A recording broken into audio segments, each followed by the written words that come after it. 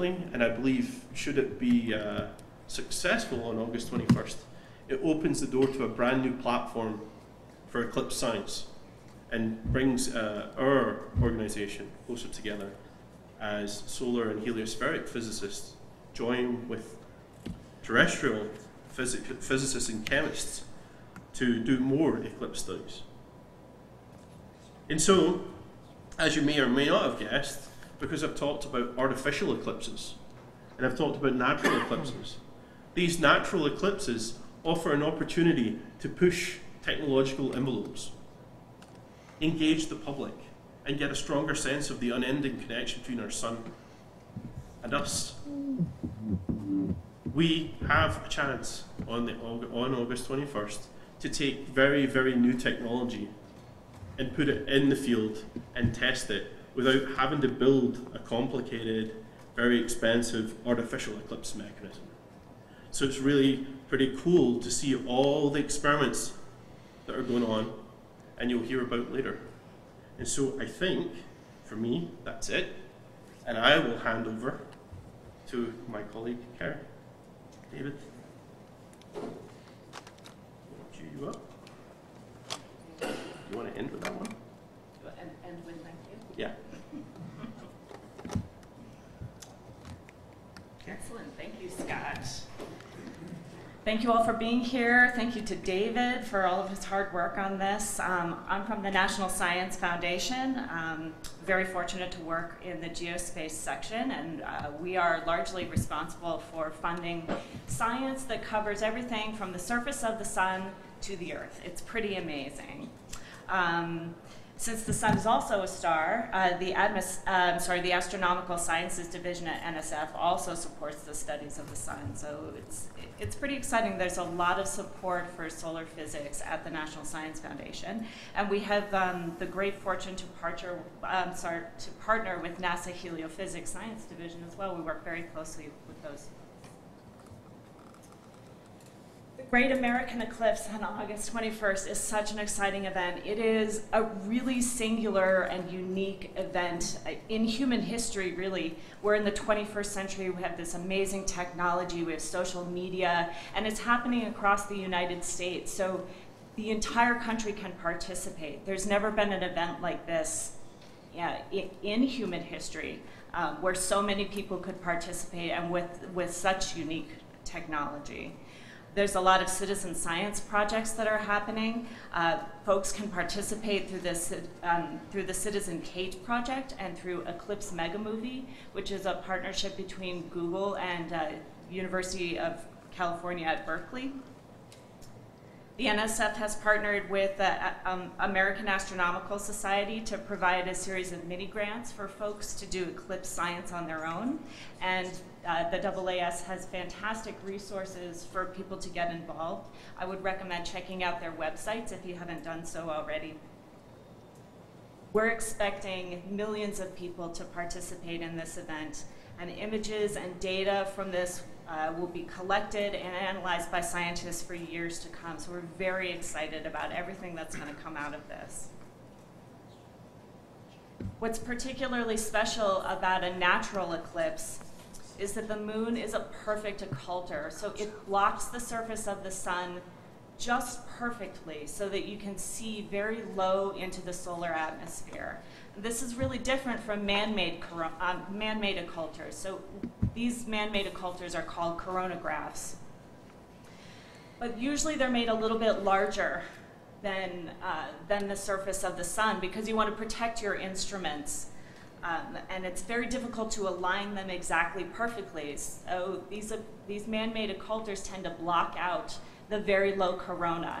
And that's where the origins of space weather are. So space weather is very important in the, in the national eye right now. It's a very big deal. The federal government is investing a lot of money and organizing folks to try to protect our communication satellites, our power grids, these types of things from space weather events.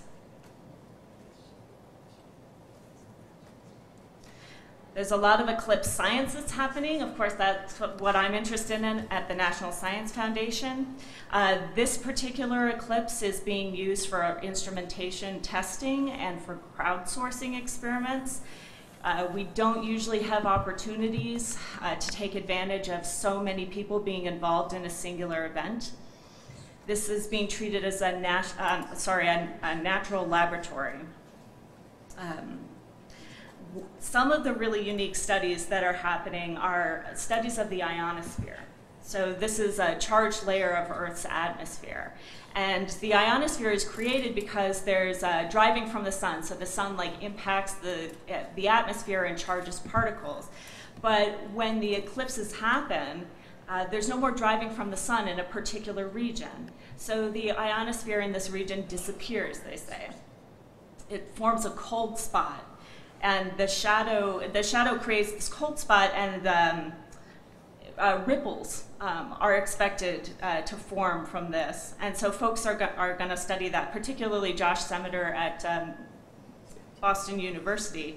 He's doing a proof of concept using massively crowdsourced space weather observations. So they're going to try to leverage GPS signals from smartphones to do this, which it's really interesting. I can't wait to see what comes out of it. There's Eclipse Mob, which is being run by Kirsten Kirby-Patel, who I believe is here today. She's involving high school and college students in ionospheric studies. They're going to make measurements during the eclipse as well. And then, of course, there's NCAR's Gulfstream 5 and the AirSpec, which is happening. And that's looking for candidates for heating and accelerating the solar wind. This is an outstanding problem in solar physics right now. So we're very excited to see what comes of that.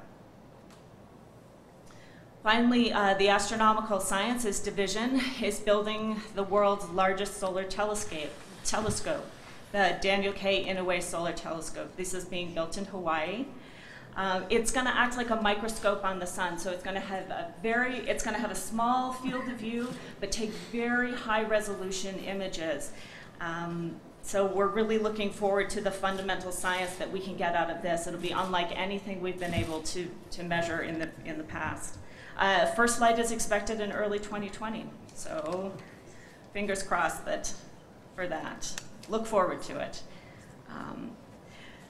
So looking forward into the future, crowdsourcing techniques are going to be tested in this eclipse that we're hoping we can use in the next solar eclipse that happens in 2024. That one's only along the East Coast, but we're hoping lessons learned from this will help make even more exciting measurements in the future.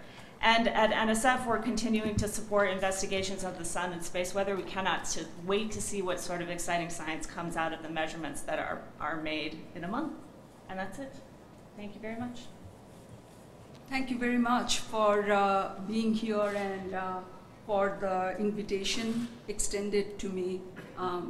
I first would like to give a shout out to my old alma mater, High Altitude Observatory, where I was a graduate student many solar cycles ago. And this is the place that actually pioneered the coronagraph. In fact, I started out being a graduate student of Gordon Newkirk, who flew many coronagraphic instruments. So coronagraph, in a way, is in my blood, and the science of coronagraph. And what I'd like to do here is give you a perspective of all the things we are doing during the eclipse, just not studying the sun, just not the ionosphere, the land around us, the birds, the animals, the social behavior. Just as it takes, a village to raise a child, as has been said, I would say that it takes the entire continent of USA to really gather the information of various kinds, scientific, but science, soft science, psychology, animal behavior, to really fully understand how intimately we are connected to our star. And so I'll just give some basics. And why is NASA interested in this? I think this was sort of what is going on during this eclipse. It's not a NASA event, but if you think about it, its reach It is as if NASA was directed to do this. It's in the 1958 act of when NASA was created. I think our basic goal right now is safety, because pretty much everyone in the continental USA, Hawaii, Alaska will be able to see this eclipse. Mostly though partial, and that's where safety is absolutely vital. Of course, science is our big thing, awareness of mission, science, and return on investment. Opportunity of nature's processes, in a way, we are not able to connect these disciplines. We kind of practice stovepipe discipline, but this eclipse provides us an opportunity of interdisciplinary science. Public engagement, I cannot think of any other event that will have a greater reach, and I really do compare it to the moon landing back in '69. And citizen science, today we are able to, with our technology, to allow the participation of students and everyone else and engage and contribute to the science that we do. And some of these are actually basic science. Very quickly, this is just a picture of sun. You have already seen this. Let's see if I can play this movie. Will it play? Yeah. All this is doing, giving a picture of sun in time. I don't think it's moving, but what you saw is the pale yellow ball of the sun that we are used to seeing, and that's why most of us think sun is a really dull, boring star, other than the dark spots, the sunspots that we see, which we can sometimes see with our naked eye if the spot is large enough. But we also see the sun in different wavelength, like ultraviolet or soft X-ray, and that's where you begin to see the dynamic nature of the sun. And that's where the magnetic field of the sun plays a very dominant role. And what happens is when the magnetic field varies over a cycle of 11 years, it creates radiation, photons, magnetic field. This is an interesting situation. And so what you're looking at here is our outermost environment, the magnetosphere, really being compressed by the particle pressure and radiation from the sun. So it's quivering like a cocoon. We are sheltered by this magnetosphere. If we didn't have this magnetosphere, some of this harmful radiation would percolate through, and it does happen every once in a while when the magnetic field lines between the sun and earth are just perfectly aligned. And that's the reason we see northern and southern lights. But it's not just our planet that lives with this tempestuous star. It is the entire solar system. Now we are learning what happened on Mars, or what was the weather on Pluto when the spacecraft arrived on Pluto. And as we study the sun and its variability and create models that can go into the outer edges of the solar system, we are able to kind of forecast at least rudimentary aspects of the behavior of the heliosphere. I had to put this in simply because I brought up HAO. This is a picture in my thesis. This was in Time magazine in 1988. Eclipses also have cycles. Every 18 years or so, you heard Saros cycle. This is Eclipse 139, and this was part of my thesis. But the picture that you're looking at is more than that. It's a white light coronagraph image taken from HAO, and inside what you see is the first soft X-ray image of the corona, and this is a superposition of those two. This had never been done before. Today, we see dime a dozen, pictures like this, because NASA is eclipsing the sun in different wavelengths, giving you an idea what kind of partial eclipse you are going to observe if you are away from the path of totality. The pink band is the path of totality. This is an interesting slide. I'm not going to talk to it, but you can see, if you can read that, pretty much everyone has access to this eclipse, partial or total. Traffic is going to be a nightmare. Eye safety, have to put this out. Not going to talk about it. There is only one time during the eclipse that you can take your glasses off, and that is during the phase of totality. If you're planning to drive anywhere, take a look at what the cloud conditions are going to be coast to coast.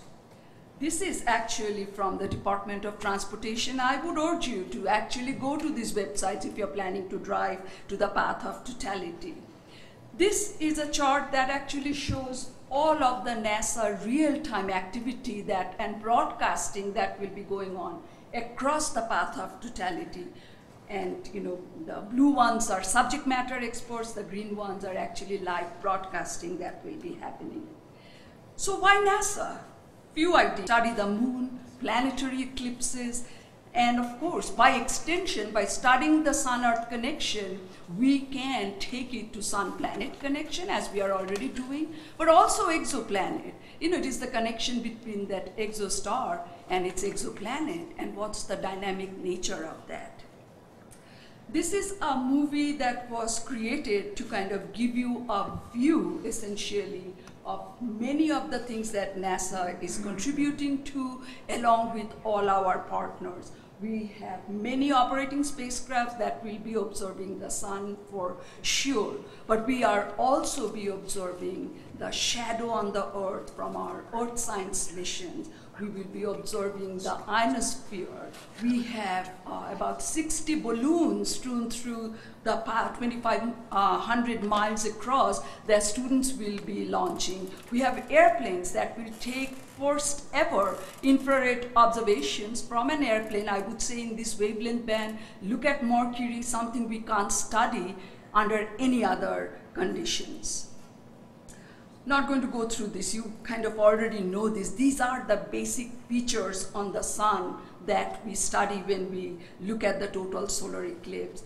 And the question is, why is this so important? It's because we cannot really see the very edge of the photosphere where solar wind and solar corona begin to expand, accelerate, and corona is heated. That's what sets the boundary conditions of how this is going to expand into heliosphere. And this is the source region of space weather. It is extremely important that we get those measurements.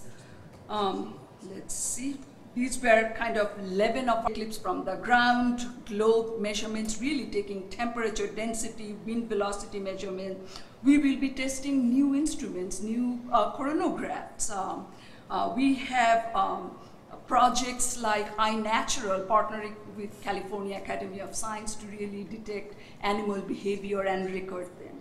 This is a fascinating plot that kind of gives you the insolation. It's actually fall off of the solar brightness as the shadow approaches. When this happens, of course, everything on Earth is going to be affected. And it's not just a day-night cycle. This is happening over a period of about 4 hours, but it also affects animal behavior.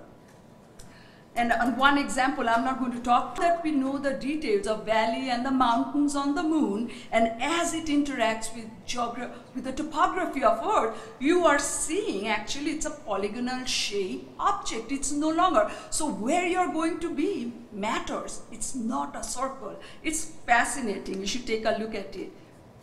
Hi there. Hello? Can you guys hear me? Okay. Hi there. I'm Nick St. Fleur from the New York Times. Thank you guys for putting this together. One of my main questions focuses around citizen science. So I've been kind of doing a bit of reporting on the eclipse for several months now, and I'm pretty excited that I'm getting to the point where my Lyft and Uber drivers know this is happening.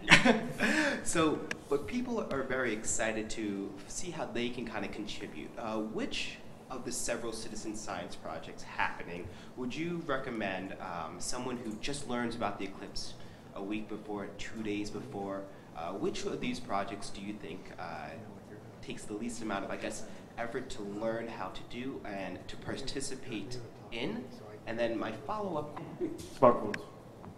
And so there's an app that's been developed. And so in principle, you can pick up that app and become a participant. And it's probably more like millions, maybe 10. Even if you can't get them up immediately to things like Eclipse Mega Movie, there will be lots of opportunity for folks to make their data available. Post it on Facebook, on whatever. There should be hashtags. I don't know. Does NASA have a hashtag for it? Yeah, we'll create one. Okay, good. But I think also there's this aspect of the sound. We have I believe there's a project called Soundscapes, or where it's for deaf, for blind people, so that they can also interact. And for those of us that have seen an eclipse, looking around the room for a brief indication of how many, but the sound, the change from the nervous anticipation to silence to 4th of July, hooping and hollering, to almost depression at the end when it goes away again. Oh, but to capture that, and I believe a lot of the apps also capture the audio as they're taking the visuals, and so it should be pretty awesome to be able to put all that together, also a context for the people who can't see it.